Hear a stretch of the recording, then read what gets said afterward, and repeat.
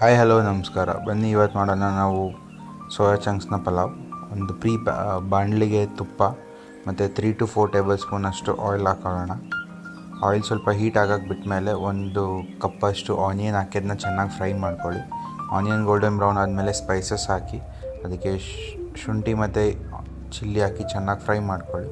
ಅದಾದಮೇಲೆ 2 to 3 tomato cut ಮಾಡಿರೋದನ್ನು ಹಾಕಿ ಚೆನ್ನಾಗಿ fry ಮಾಡ್ಕೊಳ್ಳಿ. ಸೊ ಅದಕ್ಕೆ ಚೆನ್ನಾಗಿ ಕುಕ್ ಆದಮೇಲೆ ಅದಕ್ಕೆ ನೆನೆಸಿಟ್ಟಿರೋಂಥ ಸೋಯಾ ಚಂಕ್ಸ್ ಹಾಕಿ ಅದನ್ನು ಕೂಡ ಚೆನ್ನಾಗಿ ಒಂದ್ಸಲಿ ಮಿಕ್ಸ್ ಮಾಡ್ಕೊಳ್ಳಿ. ಬಿಕಾಸ್ ಆ ಟೊಮೆಟೊ ಜೊತೆ ನೀಟಾಗಿ ಮಿಕ್ಸ್ ಆಗಬೇಕು. ಅದಾದಮೇಲೆ ಅದು 1 ಕಪ್ಪಷ್ಟು ಕರ್ಡ್ ಮತ್ತು ಸ್ವಲ್ಪ ಅರಿಶಿನ ಪುಡಿ ಮತ್ತು ಅಚ್ಕಾರದ ಪುಡಿ, ಗರಂ ಮಸಾಲ ಮತ್ತು ಸ್ವಲ್ಪ ಧನಿಯಾ, ಹಾಗೆ ಜೀರೆ ಪೌಡರ್ ಹಾಕಿ ಸಾಲ್ಟ್ ಹಾಕಿ ಅದಕ್ಕೆ ಸ್ವಲ್ಪ ಕರ್ಬೇವಿನ ಸೊಪ್ಪು ಮತ್ತು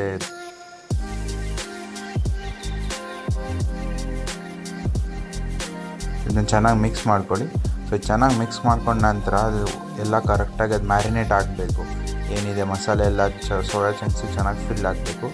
ಸೊ ಚೆನ್ನಾಗಿ ಫಿಲ್ ಆಗೋಕ್ಕೆ ಸ್ವಲ್ಪ ಹೊತ್ತು ಹಂಗೆ ಫ್ರೈ ಮಾಡೋಕ್ಕೆ ಬಿಟ್ಟು ಅದಕ್ಕೆ ಮಧ್ಯದಲ್ಲಿ ನಾನು ಕಸೂರಿ ಮೇಥಿ ಕೂಡ ಹಾಕಿದ್ದೀನಿ ಅದಕ್ಕೆ. ಸೊ ಚೆನ್ನಾಗಿ ಮ್ಯಾರಿನೇಟ್ ಆದಮೇಲೆ ಅದಕ್ಕೆ ಕರೆಕ್ಟಾಗಿ ನೀವು ಏನು ಸೋಕ್ ಮಾಡಿಟ್ಟಿರ್ತೀರ ರೈಸು, ಅಕ್ಕಿನ ನೀಟಾಗಿ ತೊಳೆದು ಸೋಕ್ ಅದನ್ನು ನೀಟಾಗಿ ಅದಕ್ಕೆ ಹಾಕ್ಕೊಂಡು ಅದನ್ನು ಒಂದು ರೌಂಡ್ ನೀವು ಮಿಕ್ಸ್ ಮಾಡ್ಕೊಳ್ಬೇಕಾಗುತ್ತೆ. ಸೊ ನಾನಿಲ್ಲಿ 2 ಲೋಟದಷ್ಟು ಅಕ್ಕಿ ತೊಗೊಂಡಿದ್ದೀನಿ ಆ್ಯಂಡ್ ಅದನ್ನು ಆಲ್ಮೋಸ್ಟ್ 5 to 10 minutes ಮುಂಚೆನೇ ಸೋಕ್ ಮಾಡಿ ಇಟ್ಟಿರೋದ್ರಿಂದ ಸೊ ಅಕ್ಕಿ ಹಾಕಿದ್ಮೇಲೆ ನೀಟಾಗಿ ಒಂದು ರೌಂಡ್ ಮಿಕ್ಸ್ ಮಾಡ್ಕೋಬೇಕಾಗುತ್ತೆ. ಬಿಕಾಸ್ ಆ ಮಸಾಲೆ ಏನಿದೆ ಅದೆಲ್ಲ ನೀಟಾಗಿ ಅದಕ್ಕೆ ಹಿಡಿಬೇಕು. ಅಕ್ಕಿಗೆ ಆಗಲಿ ಮತ್ತು ಸೋಯಾ ಚಂಕ್ಸಿಗಾಗಲಿ ನೀಟಾಗಿ ಮ್ಯಾರಿನೇಟ್ ಆಗಬೇಕು. ಸೊ ಒಂದ್ಸಲಿ ಒಂದು ರೌಂಡ್ ನೀಟಾಗಿ ಮಿಕ್ಸ್ ಮಾಡಿಕೊಂಡು ಹಾಗೇ ಸ್ಲಿಮ್ಮಲ್ಲಿ ಕುಕ್ ಮಾಡ್ತಾಯಿರಿ. ಸೊ ಅದನ್ನ ಎಷ್ಟು ನೀಟಾಗುತ್ತೆ ಅಷ್ಟು ನೀಟಾಗಿ ಎಲ್ಲ ಮಸಾಲೆ ಎಲ್ಲ ನೀಟಾದಮೇಲೆ ಪ್ರಪೋರ್ಷನೇಟಾಗಿ ನೀರು ಹಾಕ್ಕೋಬೇಕಾಗುತ್ತೆ. ಸೊ ನಾನು 2 ಗ್ಲಾಸ್ ಅಕ್ಕಿ ತೊಗೊಂಡಿರೋದ್ರಿಂದ 1.5 ಚಮಚಷ್ಟು ನೀರು ಹಾಕ್ಕೊಂಡಿದ್ದೀನಿ.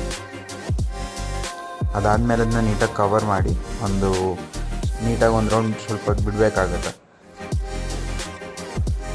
ಸೊ ಏನಿದೆ ಸಾಲ್ಟ್ ಎಲ್ಲ ಒಂದ್ಸಲ ಚೆಕ್ ಮಾಡಿಕೊಂಡು ಅದಾದಮೇಲೆ ಅದು ನೀಟಾಗಿ ಒಂದು ಕವರ್ ಮಾಡಿ ಎಲ್ಲೂ ಗ್ಯಾಪ್ ಇಲ್ಲದೆ ಇರೋ ರೀತಿಯಲ್ಲಿ ಒಂದು 70 to 80% ಅಷ್ಟು ಕುಕ್ ಮಾಡಿಕೊಂಡ್ರೆ ನಿಮ್ಗೆ ಈ ರೀತಿ ಕಾಣಿಸುತ್ತೆ.